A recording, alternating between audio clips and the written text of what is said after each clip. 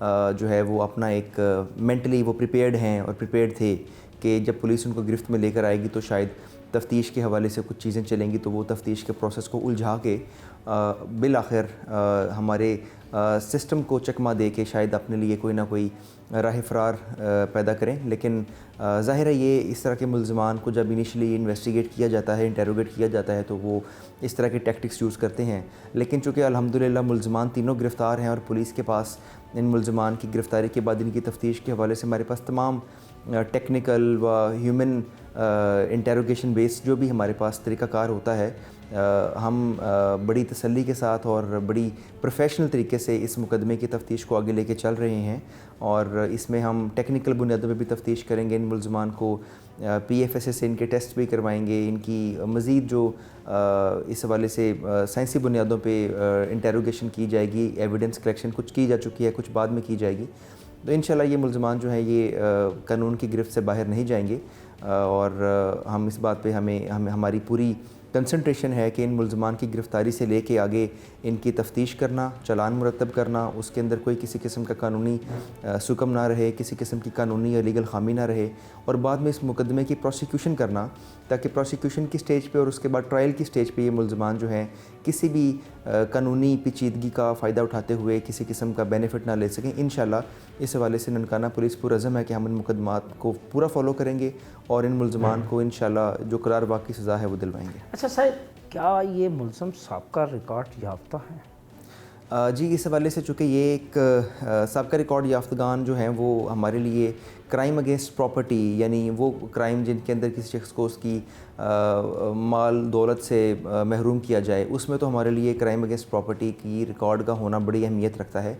لیکن یہ ایسے مقدمات ہیں یا اس طرح کی نوعیت کے واقعات ہیں جہاں پہ شاید سابقہ ریکارڈ یافتہ ہونا جو ہے وہ اتنی اہمیت نہیں رکھتا۔ جس طرح انہوں نے جنسی بربریت کا مظاہرہ کیا، اس بچے کو مسلسل ٹارچر کیا، جنسی زیادتی کا نشانہ بنایا ہے، تو یہ تو مجھے کوئی ایسا لگ رہا ہے ریپیٹر لگ رہے ہیں، ریپیٹر۔ جی بالکل، دیکھیں وہ ہمارے لیے یہ مقدمہ اہم ہے، اور اس مقدمے میں جس طریقے سے یہ واقعات پیش آئے اور جس طریقے سے ہم اس مقدمے کی ایک پوری ایویڈنس کی چین بلڈ کر رہے ہیں، ان ملزمان کو ہم انٹیروگیٹ کر رہے ہیں، اور اس حوالے سے ہم نے جو بھی ہماری تفتیش کے اندر وہ تمام لوازمات جو اس مقدمے کو بالآخر ٹرائل کی صورت میں لاجیکل اینڈ تک لے کے جائیں گے، ہم ان تمام چیزوں پر فوکس کر رہے ہیں، اور انشاءاللہ ان ملزمان کو ہم قانون کی گرفت سے بچنے نہیں۔ DPO ننکانہ سعید عزیز، ننکانہ شہر کو اسٹریٹ کرائم، سنگین کرائم اور ایسے گھنونے جرائم سے پاک رکھنے کے لیے کیا حکمت عملی بنا رہے ہیں؟ جی یا بنائی ہے؟ ننکانہ سٹی اور اس کے گرد و نواح میں مختلف نوعیت کے جو کرائم ہیں ان کی رپورٹنگ ہمیں ہوتی رہتی ہے۔ اس حوالے سے ہم اس کو انتہائی ٹیکنیکل بنیادوں پر لے کر چل رہے ہیں۔ سب سے پہلے تو جو بھی رابری کے واقعات ہوتے ہیں ان کے اندر جس طریقے سے موٹر سائیکل استعمال کیا جاتا ہے یا نامعلوم ملزمان جو ہیں وہ مسلح ہو کے گھوم رہے ہوتے ہیں، اس حوالے سے ہم نے کچھ ایسے پوائنٹس کا انتخاب کیا ہے جو ہمارے ہاٹ سپاٹس ہیں، وہاں پہ ہم نے نہ صرف اپنی گشت کو بڑھایا ہے بلکہ اب ہم سرپرائز چیکنگ کی طرف آ گئے ہیں۔ ای پولیس پوسٹ نام کا ایک ہمارے پاس IG صاحب کی طرف سے ایک انیشیٹو دیا گیا ہے جس میں ہم مختلف مقامات کے اوپر ناکہ جات لگا کر سرپرائز چیکنگ کرتے ہیں، اور عام طور پہ وہ ایسی گزرگاہیں ہوتی ہیں جہاں سے موٹر سائیکل سواروں کا زیادہ گزرنا ہوتا ہے، تاکہ وہاں پہ اگر کسی کرمنل کا آنا جانا ہو یا کسی قسم کے کوئی اشتہاری یا مفروران وہاں پر موو کر رہے ہیں، تو جب سے ہم نے یہ انیشیٹو سٹارٹ کیا الحمدللہ نہ صرف اسٹریٹ کرائم کا گراف نیچے آیا ہے بلکہ بہت سارے کیٹیگری A کے اشتہاری ملزمان بھی ہم نے گرفتار کیے ہیں۔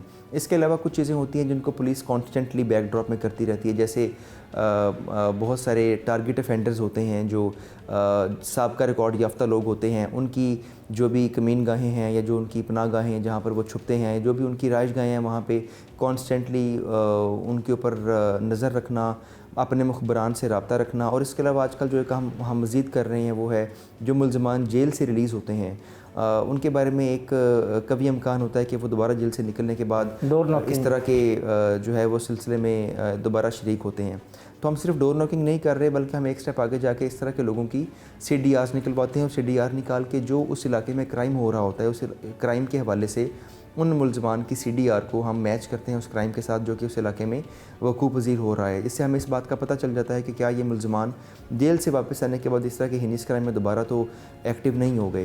تو یہ 3-4 انیشیٹوز ہیں جن کی بیس کے اوپر ہم کام کر رہے ہیں، اور یہاں پہ چونکہ میں سمجھتا ہوں کہ ہمارے پاس ایک اچھی ٹیم ہے اور ورکنگ ہم کر رہے ہیں، تو انشاءاللہ اس سے بہت جلدی آپ کو ایک بہتری نظر آئے گی۔ بات سنی آپ نے ڈی پی او ننکانہ سعید عزیز کی، ان کا کہنا ہے کہ اس کیس میں ملوث ملزمان کو قانون کے مطابق قرار واقعی سزا دی جائے گی، اور اس کے ساتھ ساتھ ننکانہ شہر میں ڈکیتی، چوری، راہبری اور دیگر سنگین جرائم کی روک تھام کے لیے مؤثر حکمت عملی بھی ترتیب دے رکھی ہے۔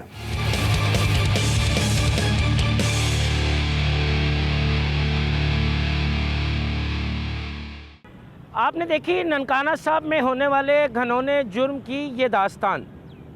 14 سالہ لڑکے کو زیادتی کے بعد قتل کرنے والے تینوں ملزمان اس وقت قانون کی گرفت میں ہیں، جہاں ان سے مختلف پہلوؤں پر تفتیش کا سلسلہ بھی جاری ہے۔ یہاں سے ہم آپ کو لیے چلتے ہیں رحیم یار خاں میں، جہاں پر دوست نے دوست کو شادی سے ایک روز قبل قتل کر دیا اور اپنا جرم چھپانے کے لیے اس کی لاش کو نہر میں پھینک دیا تھا، مگر کہتے ہیں نا کہ خون ناحق چھپتا نہیں۔ لاش بھی برآمد ہو گئی اور ملزم بھی گرفتار ہو گیا۔ قتل کی اس واردات کے پیچھے چھپے محرکات کیا ہیں؟ کیوں ملزم نے اپنے دوست کو قتل کیا؟ یہ سب جاننے کے لیے دیکھتے ہیں ظہیر ملک کی یہ رپورٹ۔ رحیم یار خان میں پیش آیا افسوسناک واقعہ۔ رحیم یار خان کے نواحی علاقے مٹ درباری کے رہائشی رحیل احمد کی چند روز بعد شادی تھی۔ گھر میں شادی کی تقاریب جاری تھی کہ اچانک رحیل احمد غائب ہو گیا۔ والدین نے مختلف جگہوں پر ڈھونڈنے کی کوشش کی مگر نہ مل سکا۔ مقتول رحیل احمد کو اس کے قریبی دوست نے باہمی رنجش کی بنا پر چائے میں نشہ آور چیز ڈالنے کے بعد تشدد کر کے نہر میں پھینک دیا۔ 2 روز بعد مقتول کی لاش نہر صادق برانچ سے برآمد ہوئی، تاہم پولیس نے مقدمہ درج کرتے ہوئے جدید ٹیکنالوجی کی مدد سے ملزم ساجد کو ٹریس کر کے گرفتار کر لیا۔ جب ڈیڈ باڈی ہمیں مل گئی 3 ساڑھے 3 بجے اور تشدد شدہ تھی، اس کا ہم نے پوسٹ مارٹم وغیرہ کروایا، دیگر جو کارروائی تھی وہ ساری کی، اور فوراً ہی میں نے ریڈ کر کے اس کو اٹھا لیا۔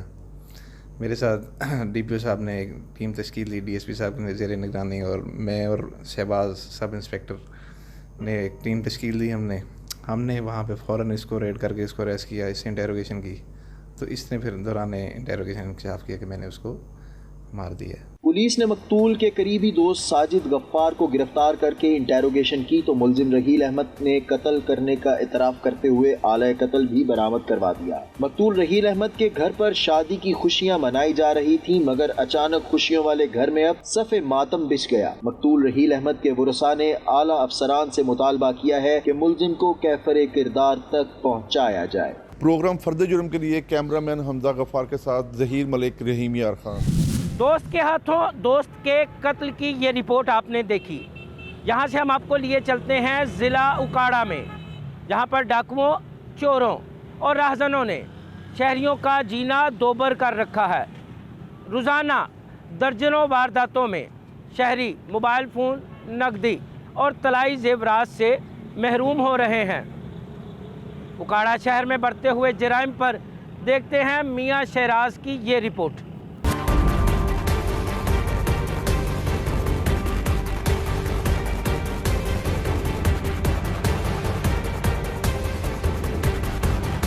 ضلع بھر میں ڈکیتی اور چوری کی وارداتوں میں بے پناہ اضافہ۔ ڈاکو بے لگام پولیس چوری اور ڈکیتی کی وارداتوں کو روکنے میں مکمل طور پر ناکام دکھائی دیتی نظر آ رہی ہے۔ ڈاکٹر مبشر ہے، میرے گھر میں آج ڈکیتی کی واردات ہوئی ہے۔ ڈاکو اسلحے کی نوک پہ گھر میں داخل ہو کر گھر کا سامان اور نقدی زیور وغیرہ لے گئے ہیں۔ میری آئی جی پنجاب سے آر پی او صاحبال سے گزارش ہے کہ شہر میں بڑھتی ہوئی وارداتوں، جو دن دیہڑے وارداتوں میں اضافہ ہو رہا ہے، ان پر کوئی خصوصی توجہ دی جائے، ان کے لیے کوئی اسپیشل ایک ٹیم تشکیل دی جائے۔ ہم ڈاکٹر اور عام شہری بھی نہ اپنے گھروں میں محفوظ کرتے ہیں، نہ ہسپتالوں میں، اور نہ ہی اپنے پرائیویٹ کلینکس پہ محفوظ محسوس کرتے ہیں۔ دوسری جانب روزانہ کی بنیاد پر ہونے والی ڈکیتی اور چوری کی وارداتیں کے باعث شہری عدم تحفظ کا شکار ہو چکے ہیں۔ پولیس چوری اور ڈکیتی کی واردات پر قابو پانے میں ناکام ہو چکی ہے۔ دوران ڈکیتی جہاں شہری لوٹ رہے ہیں، وہاں مزاحمت پر ڈاکوں کی فائرنگ سے شہری قیمتی جانوں کا ضیاع کرنے کے ساتھ ساتھ زخمی بھی ہو رہے ہیں۔ اکاڑا میں بڑھتی ہوئی ڈکیتیوں کی وارداتیں اور شہر کے اندر امن و امان کے حوالے سے میں اپنی انتظامیہ کو کہنا چاہتا ہوں، شہر کے اندر، محلوں کے اندر کوئی آدمی محفوظ نہیں ہے، روز کی واردات ہے، روز کی بنیاد پر ڈاکے پڑ رہے ہیں، تو پولیس کو چاہیے کہ اس سلسلہ کو تھامے، روکے۔ اگر انہوں نے ایسا نہ کیا تو پھر تاجر برادری کوئی انتہائی اقدام پہ جانے پہ مجبور ہوگی۔ بڑھتی ہوئی ان چوری اور ڈکیتی کی وارداتوں پر شہری حلقوں میں شدید تشویش پائی جاتی ہے، جبکہ موجودہ حالات کے پیش نظر مؤثر پولیس پیٹرولنگ اور بہتر حکمت عملی کے تحت وارداتوں کی روک تھام میں بہتری بھی لائی جا سکتی ہے۔ جدید ٹیکنالوجی اور تمام تر وسائل ہونے کے باوجود اکاڑا پولیس بڑھتی ہوئی ڈکیتی اور چوری کی وارداتوں کو کنٹرول کرنے میں مکمل طور پر ناکام ہو چکی ہے۔ شہریوں نے آئی جی پنجاب سے ڈاکوؤں کی گرفتاری کا مطالبہ کیا ہے۔ کیمرہ مین میاں عامر کے ساتھ میاں شراز، GNN اکاڑا۔ اکاڑا شہر میں ہونے والے جرائم کی رپورٹ آپ نے دیکھی۔ یہاں سے ہم آپ کو لیے چلتے ہیں لیا میں، جہاں پر کم عمر ڈرائیور شہریوں میں موت بانٹ رہے ہیں۔ روزانہ ہونے والے ٹریفک حادثات پر ٹریفک پولیس چپ سادے بیٹھی ہے۔ اس حوالے سے دیکھتے ہیں شہزاد علی رضا کی یہ رپورٹ۔